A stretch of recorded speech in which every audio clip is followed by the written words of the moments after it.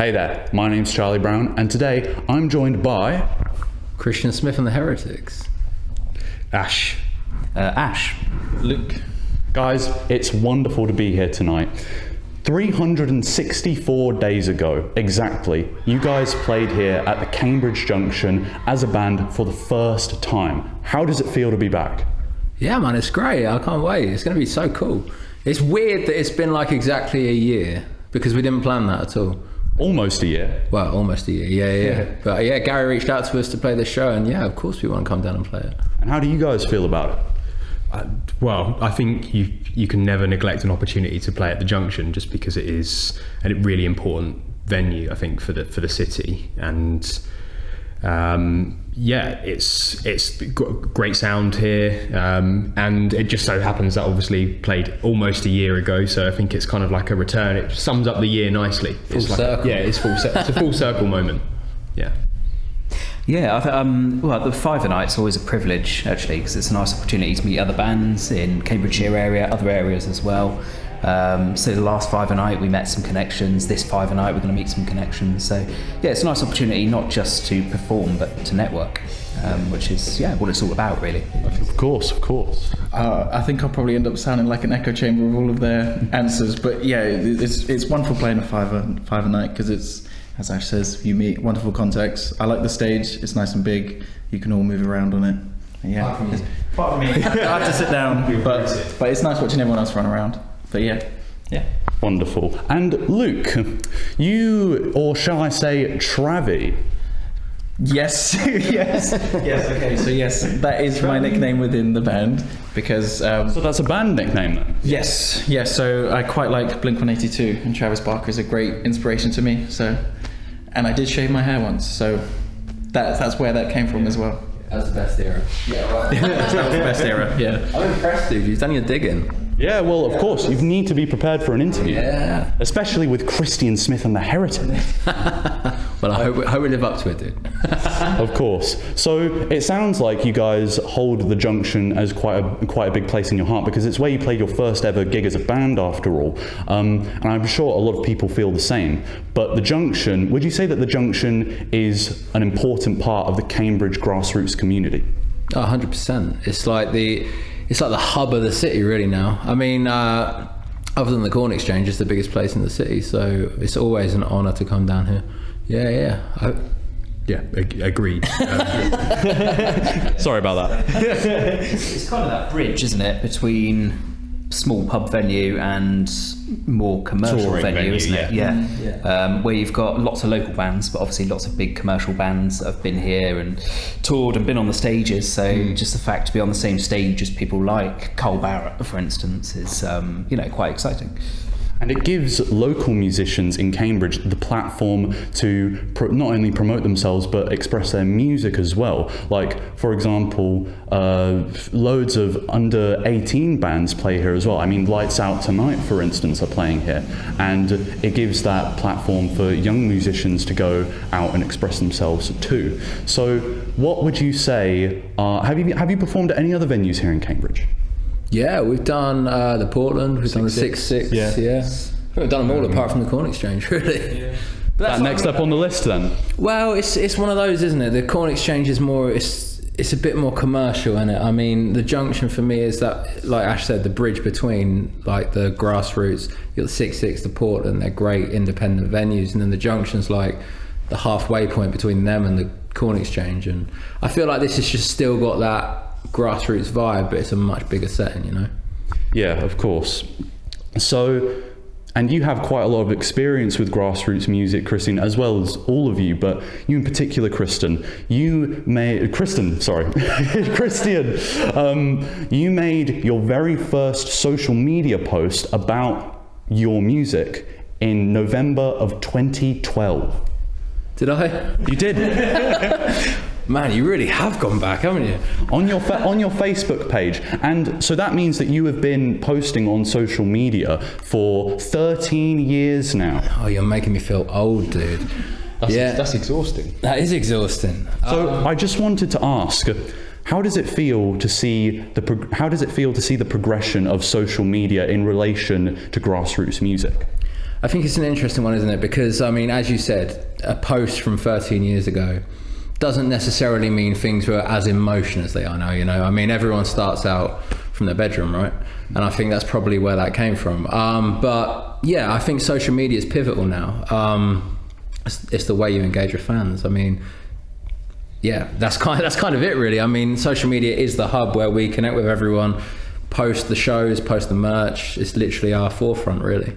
Yeah, and it gives smaller. Would you say that it gives smaller artists a platform for them to promote and express their music without the need for big record labels? Yes and no. I think probably still the most important thing for promotion is getting out there and playing. It's like Portland Arms, for example. You can get 200 people in there with band and crew. Having 200 people like your post on Instagram, for instance, is quite different to having 200 fans there engaging with you, performing on the night, potentially buying merchandise, that kind of thing. So I think it's really important to be playing and interacting and networking with people. I think that's just as much. Social media is important too. I wouldn't. Yeah, but I think that's the difference. I mean, people now so heavily rely on social media, but it's fine, as Ash said, it's fine having 200 likes on social media. But if you're not having 200 people come to the show, what's the point in having the likes? Do you know what I mean? I mean, yes, it's great to display what you're doing on there, isn't it? But yeah, it's got to transpire, you know? Yeah, absolutely. So how do you two feel about that as well, about the kind of grassroots relation with social media? Yeah, I think again it's a really powerful communication tool, and the fact that social media is obviously free and really accessible is excellent. Who's got hundreds of thousands of pounds for a marketing campaign? I think honestly though, I think the downside to social media is there's a lot of noise on social media, and actually trying to pinpoint your target audience and say, what is it my target audience want to see? You'll see people post videos, quizzes, polls, photos, etc. But you know, when you've got your target audience at the gig, as Ash said, you know that's your target audience. You know that they're going to buy your vinyl, they're going to buy your t-shirts, they're going to follow you, they're going to come to your next gig. But social media can be, unfortunately, sometimes a gamble. Some posts are really effective, and some aren't. So yeah, again, I think it's kind of this yin-yang relationship. It's really accessible, it's free, you can speak to people all over the world and make these really big communities, but I think it's just trying to identify what community is the best community on social media, because lots of people put lots of energy into the wrong areas and don't see a return from it, and they go, I've made 400 posts this week, why does no one like that? It's finding a way to make it translate to getting the people to turn up to shows. It's interesting that you say it's like trial and error sometimes to get it right on social media as well. Yeah, and I think obviously it changes so frequently as well, and now you've got shorts. You know, as a teenager myself, we were on MySpace, there was no Instagram, there was no Facebook. That's same for all of us of that generation, I think. But just seeing how it's developed, and now obviously you've got reels, you've got shorts, you've got stories, and now you've got a job in itself now. Short form content, long form content. You know, what do you use? But I think it's just analysing what works well and continue that. But I suppose back to your original question, I think for an emerging artist, it's a really powerful tool, but it's just got to be done, I think, in the right way. Do you think that it's starting to become more about being an influencer as opposed to being a musician? Yes and no. Again, I think once you've got your community and you've got your target audience are going to follow you and interact with your posts, interact with your content. But obviously being a big influencer with lots of followers does help in terms of popularity. But again, I think that key thing, isn't it? If 100,000 people like your comment, are they going to come and see you at a local venue, or are they just saying, yeah, we like your marketing, we like what you're about? But it's that conversion, isn't it, between, I suppose, the marketing and the result. I think. Sorry, that's probably a really analytical way to look at it. So it's like, where do you want to direct them from the social media posts? If you get huge amounts of engagement, do you want to direct them to come and actually see you at a show? Do you want to direct them to stream your music online? To the merch store? Yeah. You can almost bombard them with too much, because as they said, like, it's so accessible, and as an artist you want to get so many different aspects of your band out there, you want to sell them merch, you want them to come to a show, you want them to stream your song, but you can't put that all in one post because they're going to get like flummoxed, you know what I mean? So yeah, it's like timing it. And yeah, I suppose being an influencer is obviously going to have a huge audience connected to it, as well as sponsorship, as well as Instagram, Facebook, TikTok, whoever actually driving your algorithms. So I think, yeah, that's definitely going to help. But I guess, are you an influencer that's then trying to sell your brand, or are you a brand that happened to become an influencer?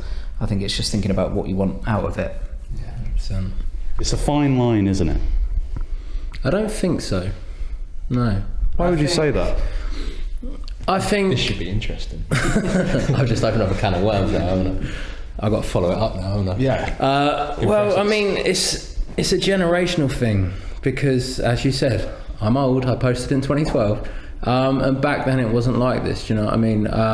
TikTok has Well, it was on Facebook, that first post you identified. Well, yeah. Whereas And like a post on Facebook now can just be... well, if you post on Facebook now, your class is old. It's like I said, it depends on what you want. As a band, we want to play shows. We want people to stream our music. We want to sell you an album. I mean, we don't press CDs and vinyl for the fun of it. We want people to consume our music. But we also acknowledge that you've got to interact with them on that front. But other than it becoming a full-time job to be on there all the time and be engaging 24/7 like influencers do, I don't think you really can class yourself as an influencer until you're at that point. Do you know what I mean?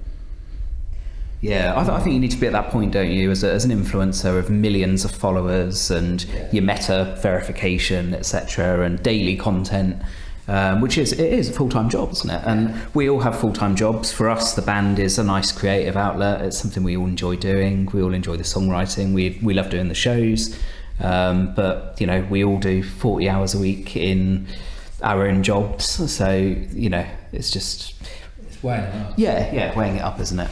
Yeah. Absolutely. So you mentioned that what you want to do is you want to be performing those live shows. And that leads me on to my next point about Strawberry Fair. You guys have played at Strawberry Fair before, haven't you? Have we played it? I don't know if we've played it. I don't think it's a good question. I don't think this setup has played Strawberry Fair. I think I've played it a few times on my own with a different setup, but we haven't played it yet. I don't think we have. We did. Thing is, last summer we did loads of different festivals all over the place. Yeah, I don't think we've done Strawberry Fair. But yeah, okay. I hate it when you talk about your exes. But yes, I've played Strawberry Fair.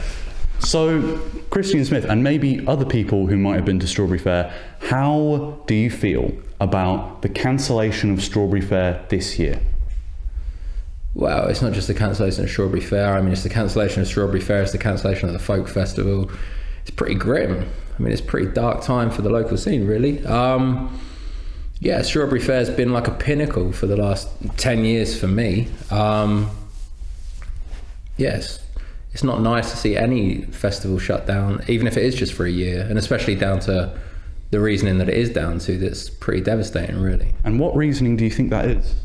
I mean, I might be wrong, but I've heard it's budget reasons. So, yeah, I think it's, again, people needing to get behind their local scene and actually put the money into it here, rather than paying, I don't know, 400 quid to go and see Ed Sheeran at Wembley or whatever it is. Go down to Strawberry Fair and chuck it in there, you know? So what would you guys say is the best way for people to go out and support grassroots musicians and grassroots venues? Go to a show. Yeah, I think going to shows and Buying the merch. well, yeah, merchandise really, because I was interestingly reading about this earlier. We are old and boring. We read. It was actually on social media though, so if that makes it, you know, any better. More edgy. It was just the difference between, like, the gulf between Taylor Swift's Eras tour and how profitable that was. I think it made like $1 billion in revenue. Obviously, it's not $1 billion profit, but out of that £1 billion, there is a significant amount of profit for her as an artist and her entourage, in comparison to like an indie band who gets regular UK top 10 hits who make a loss of like £10,000. That's crazy, and that's a charting band making a loss on tour. Yeah. So obviously, there's too big a gulf between even major label artists, the major label artists right at the top, and the major label artists who are kind of more individual alternative styles of music. There's too big a gulf there. And if there's a big gulf there, that means down to grassroots level, it's even bigger. So people going to shows and investing in the grassroots bands, and then even the bands who are a bit above that, less popular major label artists who equally need that support and people to invest in the product. Because to make £10, you could sell a CD and make £10, and I guess then some of that's profit. To make that same money on Spotify is a huge amount of streams, so it's a big difference. I mean, I think if it wasn't crucial for an artist to be on Spotify now to be relevant, I think platforms like that are pretty devilish, really. Do you know what I mean? I think you've got to be on there to be part of the industry, but as a musician, it's pretty demoralising when you know that your music's so accessible for so little, you know? Yeah. I would say so, yeah, absolutely. And how do you guys feel about supporting the grassroots community, and how best it would be to do that as well? I would probably say merch as well, because I mean, as they all said, streaming sites, you get barely any money. Say if you only get 100 streams, that's not gonna even like break a pound. But if you have 100 people at your show and each of them buy, I don't know, a £5 beanie or something, that's £500 that you've made, which then it goes towards the band and they can keep furthering with the merch and all that. Yeah, I think it's that. I think that would mirror. I think if you asked 100,000 musicians today, how's the best way to support you? They'd probably say, come to our shows, buy the merch, just keep up to date with what we do. As Christian said, Spotify is great in the respect that your music's so accessible. It's very good as a marketing tool, I would say, because you can go, oh, we're on social medias, we're on Spotify, go and listen to it. But it's then converting it, isn't it, into that loyal following that come to the shows, that buy the merch, that come and chat to you, see you in the street and go, oh, I really enjoyed your show the other night. It's that kind of engagement, isn't it? And I think fans really enjoy it, where you can see a fan at a show and see them in Tesco and be like, oh, thanks for coming the other night. Yeah, I saw you. And they'd be like, oh, wow, I feel acknowledged, actually. Whereas listening to a stream, there's no real personal connection in that. Sorry, long way around the answer again. So philosophical. But I think it's just getting involved in the communities. And not necessarily big communities, even like if your local school or local college is having a performance, or there's something going on at the village hall, or your town has a local folk festival. It's, just drop in, show your support. Because some of the time, you don't know what you're necessarily going to see, and you can be very surprised at the amazing amount of young and unnoticed talent there is in the county. The bottom line is boycott Spotify and go to Strawberry Fair. Boycott Spotify, but use Spotify to find these artists potentially, but then show your support by backing them. Yeah. Absolutely, I agree, because Spotify, it's that famous phrase, isn't it? Spotify is killing music. That's what a lot of people have coined, especially in recent times with Spotify's low revenue for artists as well. But I just think it's an interesting perspective that you've particularly put forward, Ash, is that yes, it's good for promoting the artists, but in terms of the revenue itself, the best way for people, in summary, the best way for them to support musicians and bands like you guys is to go out and actually support those shows. Yeah, sure. And I think sorry, so philosophical on a Good Friday, but I think when you're buying that album for £10, it's not just it's not the CD you're paying for, it's the years of rehearsing your instrument, learning your craft, the amount of time you've spent songwriting as a band, the amount of time you've spent in the studio producing it, the amount of time you've done for the marketing, and there's lots of time involved in that, and £10 is quite a small amount. If you think, what can £10 get you in Tesco? A couple of meal deals, but it could really, it's a difference, but sometimes between an artist being just a bedroom musician and someone that's out gigging, because that £10 could be £10 towards securing a venue, for instance. Yeah. Of course, and yeah, I agree. It's the best way to support local musicians and the grassroots community, I think. Well, guys, it's been a wonderful time tonight. Thank you so much for taking the time to interview with us. Is there anything else you'd like to add to the people out there? Just drop us a follow on social media. After all that, drop us a follow on social media. You meant to say not on TikTok. Drop us a follow on social media. Come to a show. Buy the album. Relentless came out in January. We're so proud of it. We're gigging it tonight. We're gigging it all across the summer. Yeah. And yeah, we'd love to see you at a show. As well as a few new bits in there as well, little tasters. What I would say, depending on when this airs, but next week, a local college are doing a fundraising event at the Portland Arms for the Strawberry Fair. Tickets are, I think, £7, or 100% of the profits go towards the revival of Strawberry Fair. So would really appreciate if people can get behind and support that. So dating that is today is the 18th of April. That is next week for all of you guys that want to support Strawberry Fair out there.